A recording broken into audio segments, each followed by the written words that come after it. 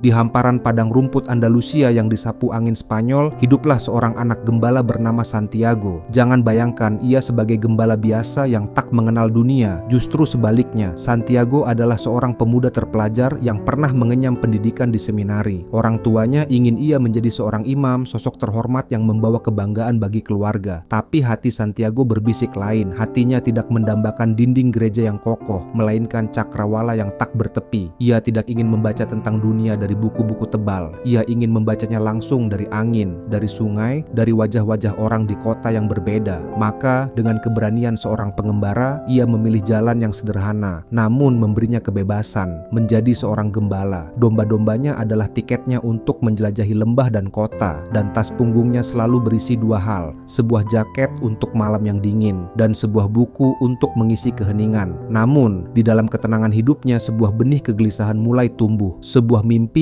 yang sama datang berulang kali setiap ia terlelap di bawah atap gereja tua yang telah runtuh, di mana sebatang pohon ara raksasa tumbuh menembus langit-langitnya yang hilang. Dalam mimpinya, seorang anak kecil membawanya ke padang pasir Mesir. Di sana, anak itu menunjuk ke arah piramida-piramida yang megah dan berkata, "Jika kau datang ke sini, kau akan menemukan harta karun terpendam." Tapi tepat ketika ia akan ditunjukkan lokasi pastinya, Santiago selalu terbangun. Mimpi ini terasa lebih dari sekadar bunga tidur. Ia adalah gema dari keinginan jiwa, sebuah panggilan yang menariknya ke takdir yang tidak ia pahami. Panggilan inilah yang membawanya bertemu dengan seorang raja tua misterius bernama Melkisedek di alun-alun kota Tarifa. Sang raja dengan tatapan mata yang seolah mengetahui seluruh isi hati Santiago, berbicara tentang sebuah konsep yang akan mengubah hidup sang gembala selamanya. Konsep itu bernama legenda pribadi. Legenda pribadi, kata sang raja, adalah apa yang selalu ingin kau capai. Semua orang ketika mereka masih muda tahu apa legenda pribadi mereka. Itu adalah tujuan hidup kita yang paling murni, misi jiwa yang ditulis oleh tangan semesta bahkan sebelum kita lahir.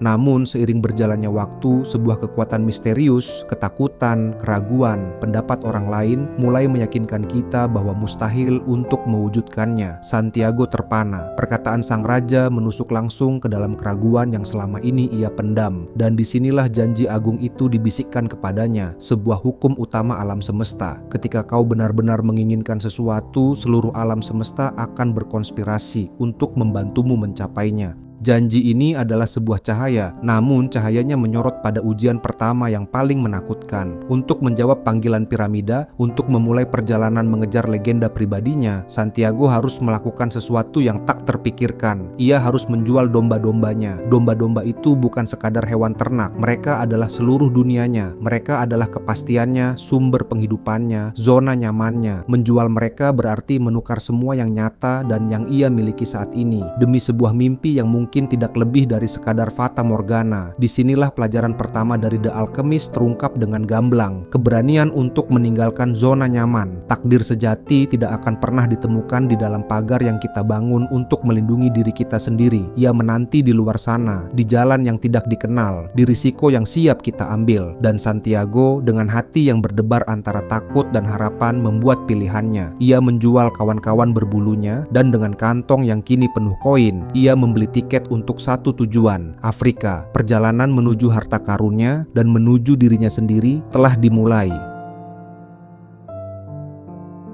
Dengan semangat legenda pribadinya yang membara dan sekantong penuh koin emas hasil penjualan domba-dombanya, Santiago menyeberangi selat mendarat di Tangier, Maroko. Bau rempah yang asing, riuh pasar yang memekakan telinga, dan bahasa yang tak ia mengerti menyambutnya. Ini adalah dunia baru, gerbang menuju harta karunnya. Rasa takut bercampur dengan kegembiraan seorang petualang sejati. Ia duduk di sebuah bar, mempercayai keramahan seorang pemuda yang berbicara dalam bahasanya, Spanyol. Pemuda itu berjanji akan membantunya membeli unta untuk melintasi gurun Sahara. Santiago yang masih naif menyerahkan seluruh uangnya. Semua koin emas yang menjadi jembatan antara masa lalunya dan mimpinya, ia serahkan begitu saja. Ia menunggu, namun pemuda itu tak pernah kembali. Saat itulah dunia Santiago runtuh. Dalam sekejap, di tengah keramaian pasar yang tak peduli, ia menyadari kebenaran yang brutal. Ia telah ditipu. Ia sendirian, tanpa uang sepeser pun, tanpa kemampuan berbahasa, tanpa seorang pun yang ia kenal di benua yang asing. Ia menangis. tangis, bukan tangisan seorang gembala, tapi tangisan keputusasaan seorang anak manusia yang melihat mimpinya hancur berkeping-keping bahkan sebelum dimulai. Alam semesta yang katanya akan berkonspirasi membantunya, kini terasa seperti menertawakannya. Di titik inilah banyak orang akan menyerah, banyak yang akan menganggap mimpi mereka sebagai kutukan, lalu merangkak pulang dengan rasa malu. Santiago pun sempat berpikir untuk kembali, untuk melupakan semua omong kosong tentang legenda pribadi.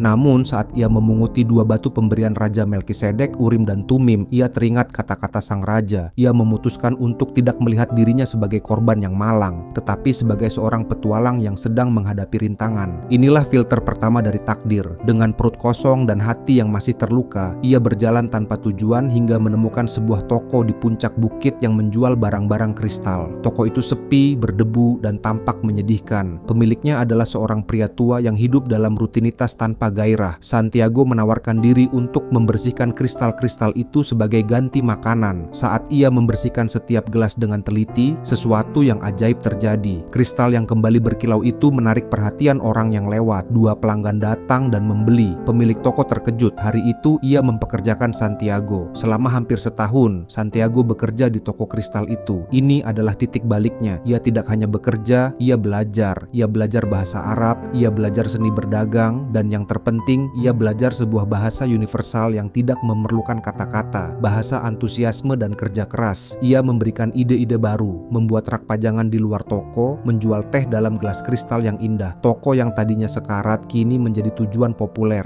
Di sana, Santiago menemukan cerminan dirinya dalam diri si pedagang kristal. Pria tua itu juga punya legenda pribadi, pergi haji ke Mekah. Impian itu adalah satu-satunya yang membuatnya bertahan hidup. Namun, ia terlalu takut untuk mewujudkannya. Ia takut jika mimpinya terwujud, ia tidak akan punya alasan lagi untuk hidup. Ia lebih memilih kenyamanan memimpikan Mekah daripada risiko untuk benar-benar pergi ke sana. Kontras inilah yang menyadarkan Santiago. Ia tidak mau menjadi seperti pedagang kristal itu, hidup dalam penjara yang ia bangun dari ketakutannya sendiri. Pelajaran kedua dari The Alchemist meresap ke dalam tulangnya. Kegagalan adalah guru, bukan algojo. Jangan pernah menjadi korban dari keadaanmu. Setiap sen yang ia kumpulkan dari toko kristal bukan lagi sekadar uang. Itu adalah bukti dari ketabahannya. Itu adalah simbol bahwa ia bisa mengubah nasib buruk menjadi peluang. Ia tidak mengutuk si pencuri. Dalam hatinya, ia justru berterima kasih karena musibah itu telah mengajarinya untuk bangkit, untuk memahami nilai kerja keras, dan untuk membaca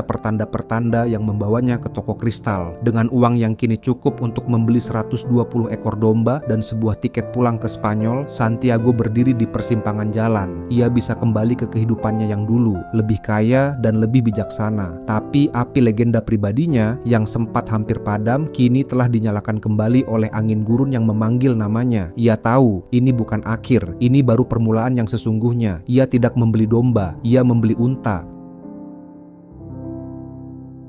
Santiago kini berada di tengah lautan pasir yang tak bertepi. Ia bergabung dengan sebuah karavan besar yang bergerak perlahan menuju Mesir, sebuah dunia kecil yang merayap di atas keabadian. Gurun pasir bukanlah sekadar tanah kosong yang harus dilewati. Gurun adalah seorang guru yang keras dan bijaksana. Ia mengajarkan bahasa keheningan. Di tengah ratusan orang dan hewan, ada sebuah disiplin yang tak terucap. Siang hari, saat matahari membakar tanpa ampun, keheningan total menyelimuti mereka. Semua orang fokus pada perjalanan, pada setiap langkah unta, pada garis cakrawala yang tak pernah berubah. Malam hari saat api unggun dinyalakan dan ribuan bintang menghampar di langit laksana permata, barulah cerita-cerita dibagikan. Santiago belajar dari seorang penunggang unta yang bijaksana. Pria itu mengajarinya pelajaran terpenting di gurun. Fokus pada saat ini. Aku tidak hidup di masa laluku atau masa depanku, kata pria itu. Aku hanya tertarik pada saat ini. Jika kau bisa berkonsentrasi selalu pada saat ini, kau akan menjadi orang yang berbahagia. Di gurun, mengkhawatirkan hari esok atau menyesali hari kemarin adalah kemewahan yang bisa membunuhmu. Kau harus hidup di sini, sekarang.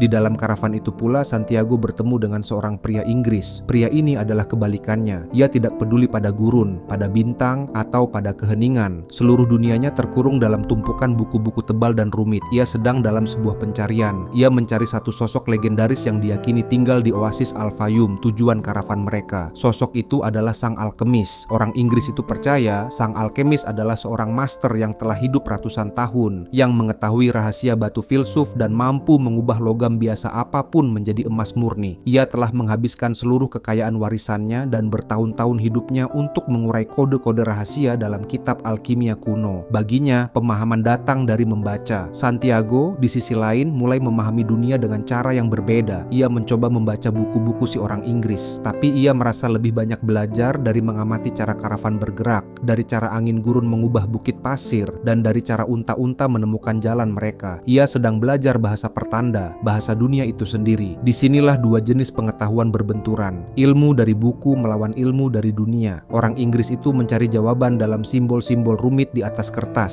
sementara Santiago menemukan jawaban dalam keheningan gurun. Melalui pengamatannya inilah, Santiago mulai merasakan sebuah konsep yang bahkan lebih dalam dari legenda pribadi. Ia mulai merasakan adanya sebuah benang tak kasat mata yang menghubungkan segalanya. Angin yang berhembus, pasir yang ia pijak, matahari di atas kepalanya, bahkan takdirnya sendiri, semuanya adalah bagian dari satu kesatuan yang utuh. Ia mulai memahami apa yang disebut oleh sang alkemis sebagai jiwa dunia atau the soul of the world. Jiwa dunia adalah esensi kehidupan yang mengalir dalam segala hal, sebuah kecerdasan universal yang membuat alam semesta bekerja dalam harmoni. Ketika kau membersihkan hatimu dari ketakutan dan keinginan egois, kau bisa berkomunikasi dengan jiwa ini. Kau bisa mengerti bahasa tanpa kata. Perlahan tapi pasti, Santiago mulai menyadari bahwa alkimia yang sesungguhnya bukanlah tentang mengubah timah menjadi emas. Itu adalah proses penyempurnaan diri. Itu adalah tentang membersihkan jiwa dari semua kotoran, seperti rasa takut, iri hati, dan keputusasaan, hingga jiwa itu menjadi murni seperti emas dan mampu mencerminkan jiwa dunia dengan sempurna. Perjalanan melintasi gurun menjadi perjalanan ke dalam dirinya sendiri. Ia berangkat sebagai seorang anak gembala yang mencari harta, tapi kini ia sedang bertransformasi menjadi seorang filsuf yang mulai memahami rahasia alam semesta. Harta karun yang ia cari bukan lagi sekadar peti emas di bawah piramida. Harta karun itu adalah pemahaman itu sendiri, dan ia tidak tahu bahwa di oasis yang menanti di depan, pemahaman ini akan diuji oleh dua kekuatan terbesar, cinta dan kematian.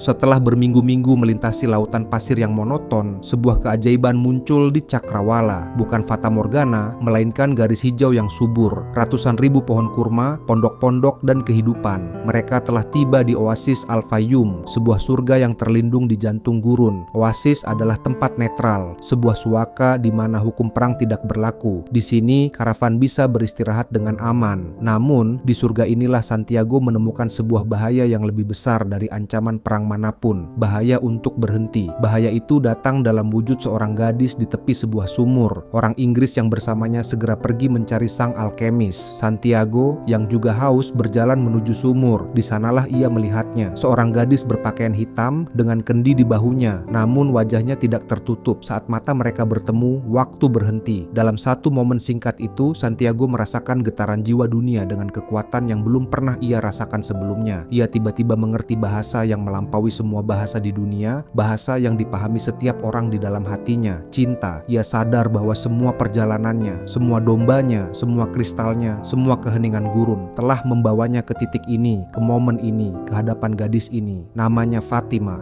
Untuk pertama kalinya sejak ia meninggalkan Andalusia, sang pengembara menemukan sebuah alasan untuk menghentikan perjalanannya. Piramida dan harta karunnya terasa tidak penting lagi dibandingkan senyuman Fatima. Oasis bukan lagi sekadar tempat singgah, ia terasa seperti rumah. Inilah ujian hati yang paling besar dan paling manis. Apakah ia akan menukar legenda pribadinya demi kenyamanan cinta? Saat dilema ini merobek hatinya, alam semesta memberinya sebuah pertanda yang mengerikan. Suatu sore, saat ia menatap langit gurun, ia melihat dua ekor elang terbang tinggi. Tiba-tiba, salah satu elang menukik dan menyerang yang lain. Dalam sekejap, sebuah visi yang jelas dan brutal membanjiri benaknya. Gambaran pasukan bersenjata menyerbu oasis yang damai. Ia gemetar. Visi itu terasa begitu nyata. Ia teringat ajaran sang raja tua dan penunggang unta untuk selalu membaca pertanda. Dengan keberanian yang didapat dari gurun, ia melakukan hal yang tak terpikirkan. Ia mendatangi para kepala suku oasis dan menceritakan visinya tentang pertumpahan darah yang akan datang. Ini adalah sebuah pertaruhan besar.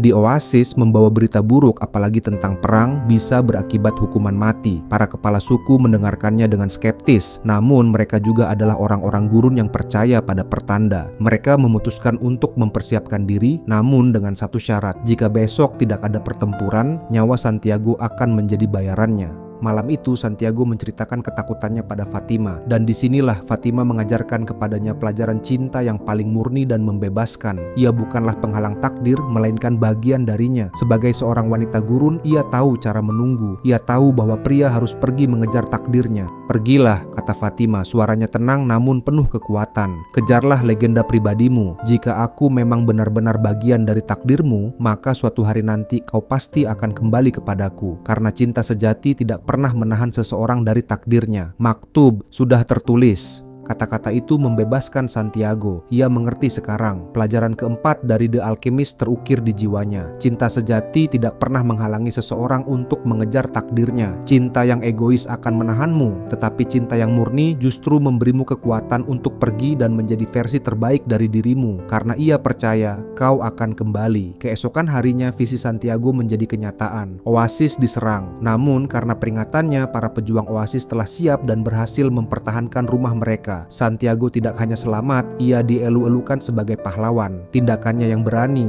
yang lahir dari kemampuannya membaca bahasa dunia, telah menarik perhatian seseorang. Seorang penunggang kuda misterius dengan seekor elang di bahunya mendekatinya di senja hari. Tatapannya tajam, seolah bisa melihat langsung ke dalam jiwa Santiago. Sang pengembara telah tiba, sang alkemis telah menemukannya. Inilah dia sang alkemis, bukan sosok tua renta yang membungkuk di atas kuali ramuan, melainkan seorang penunggang kuda yang agung dan diam, yang tatapannya seolah mengandung kebijaksanaan gurun itu sendiri. Ia tidak memberi Santiago jawaban-jawaban mudah. Sebaliknya, ia mendorong Santiago untuk menemukan jawaban itu di dalam dirinya sendiri. "Harta karunmu ada di piramida," kata sang alkemis, "dan aku akan menuntunmu ke sana." Maka dimulailah tahap terakhir dari perjalanan Santiago. Bukan lagi bersama karavan yang ramai, tetapi hanya berdua dengan sang guru, berkuda melintasi wilayah gurun yang paling berbahaya, di mana perang suku berkecamuk. Disinilah pelajaran-pelajaran puncak diberikan, bukan melalui ceramah, tetapi melalui pengalaman. Sang alkemis mengajarinya untuk mendengarkan hatinya. "Dimanapun hatimu berada," bisiknya, "di sanalah kau akan menemukan harta karunmu." Santiago belajar bahwa hatinya seringkali berkhianat, hatinya takut, hatinya ingin kembali ke oasis yang aman bersama Fatima. Hatinya tidak ingin menderita, dan sang alkemis memberinya penawar dari racun terbesar,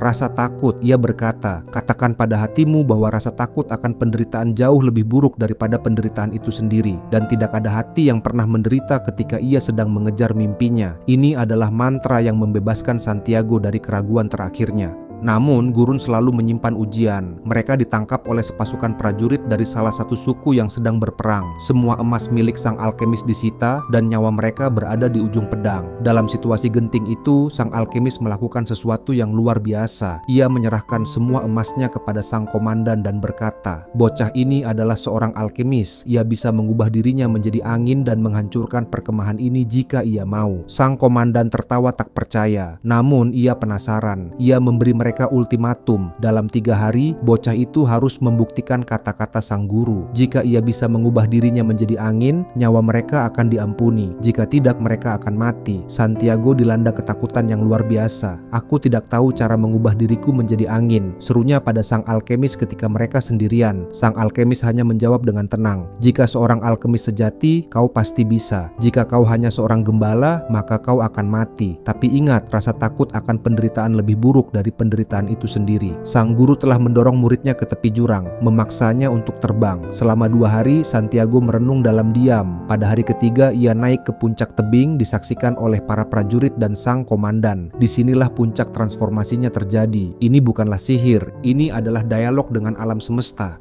Pertama, Santiago berbicara kepada gurun. Ia berbicara tentang cintanya pada Fatima dan bagaimana gurun telah menuntunnya. Gurun menjawab bahwa ia tak bisa membantu. Lalu, Santiago meminta bantuan pada angin. Ia menceritakan pada angin tentang jiwa dunia, tentang bagaimana angin membawa suara cinta dan aroma dari seluruh penjuru bumi. Angin menjadi penasaran, namun ia tidak tahu cara mengubah manusia menjadi angin. Angin menyarankannya untuk berbicara pada matahari. Santiago menatap matahari yang perkasa. Ia berbicara pada matahari matahari tentang bagaimana cinta mampu mengubah segalanya. Matahari, sang entitas paling bijaksana, mengakui kekuatan cinta, namun ia pun tak tahu cara melakukannya. Matahari menyarankannya untuk berbicara kepada sumber dari segalanya, tangan yang menuliskan semua ini. Dan akhirnya Santiago berdoa, bukan dengan kata-kata, tetapi dengan keheningan total dari hatinya. Untuk pertama kalinya, ia menyadari bahwa jiwa dunia dan jiwa Tuhan adalah satu. Ia menyadari bahwa jiwanya sendiri adalah percikan dari jiwa Tuhan tersebut. Ia adalah bagian dari segalanya, dan segalanya adalah bagian dari dirinya. Dalam pemahaman puncak itu, ia tidak lagi perlu meminta, ia hanya perlu menjadi. Angin gurun yang dahsyat yang dikenal sebagai simum mulai bertiup. Badai pasir yang ganas menyelimuti perkemahan, mencabut tenda-tenda dari tanah. Para prajurit berpegangan erat dalam ketakutan. Ketika badai mereda, mereka melihat ke arah tebing. Santiago tidak lagi berada di sana. Ia telah berada di seberang perkemahan, di sisi yang lain. Ia tidak terbang, ia tidak lenyap, ia hanya menyatu dengan jiwa dunia dan memanifestasikan dirinya di tempat lain. Ia telah melakukan alkimia yang paling agung, bukan mengubah timah menjadi emas, tetapi mengubah rasa takut menjadi pemahaman, dan membuktikan bahwa kekuatan terbesar manusia ada di dalam dirinya, dalam koneksinya dengan Sang Pencipta. Para prajurit gemetar ketakutan dan takjub. Sang komandan dan sang alkemis menundukkan kepala. Murid itu telah melampaui sang guru.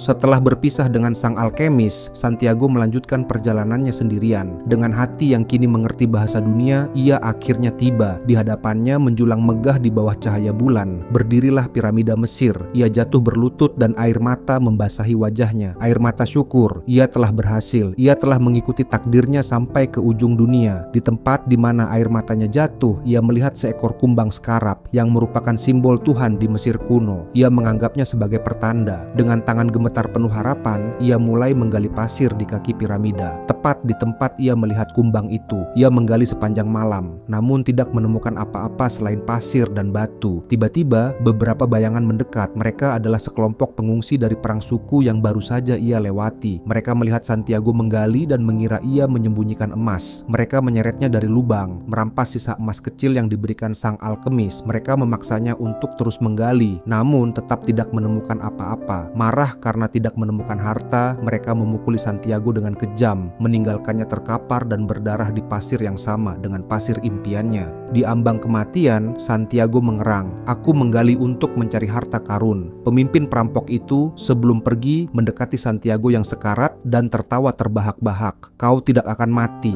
katanya dengan nada mengejek, "tapi kau akan belajar bahwa manusia tidak seharusnya sebodoh itu. 2 tahun yang lalu, tepat di tempat ini, aku juga pernah bermimpi berulang kali. Mimpiku membawaku ke sebuah gereja tua yang telah runtuh di Spanyol, di mana para gembala dan domba-domba mereka biasa tidur. Mimpiku mengatakan, jika aku menggali di akar pohon ara yang tumbuh di dalam gereja itu, aku akan menemukan peti harta karun. Tapi aku tidak sebodoh itu. Aku tidak akan menyeberangi seluruh gurun hanya karena sebuah mimpi." Dan kemudian ia pergi. Santiago terbaring diam, darah mengalir dari lukanya, namun di dalam dirinya sesuatu yang luar biasa terjadi. Rasa sakitnya hilang. Ia perlahan bangkit menatap piramida untuk terakhir kalinya dan ia tertawa. Tawa yang keras dan penuh kelegaan. Tawa seorang pria yang akhirnya mengerti segalanya. Alam semesta telah berkonspirasi. Harta karun itu tidak pernah ada di Mesir. Harta karun itu selalu berada di tempat ia memulai perjalanannya. Lalu, untuk apa semua ini? Untuk apa perjalanan melintasi benua, penipuan, kerja di toko kristal, melintasi gurun, menemukan cinta, dan bahkan belajar menjadi angin? Jawabannya begitu jernih sekarang.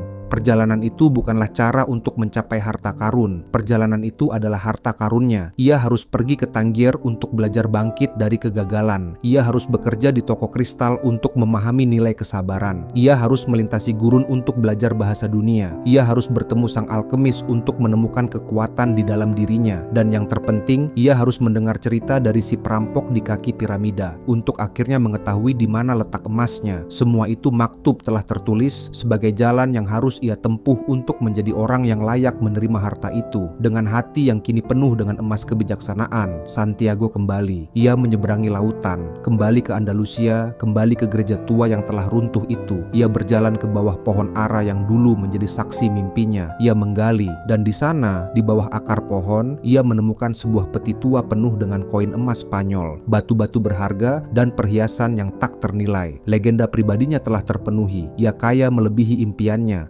Tapi kekayaan terbesarnya bukanlah emas di dalam peti itu. Kekayaan sejatinya adalah Fatima yang menantinya dan pemahaman mendalam yang terukir di jiwanya. Disinilah pelajaran terakhir dan yang paling agung dari The Alchemist terungkap. Terkadang kau harus melakukan perjalanan mengelilingi dunia hanya untuk menyadari bahwa harta karun yang paling kau dambakan telah terkubur di halaman belakang rumahmu sendiri. Namun, kau tidak akan pernah menemukannya jika kau tidak berani memulai perjalanan itu. Santiago menatap cakrawala, merasakan angin timur yang kini membawa aroma parfum Fatima. Ia tersenyum, perjalanannya belum berakhir. Sebuah perjalanan baru, perjalanan untuk kembali kepada cinta, akan segera dimulai.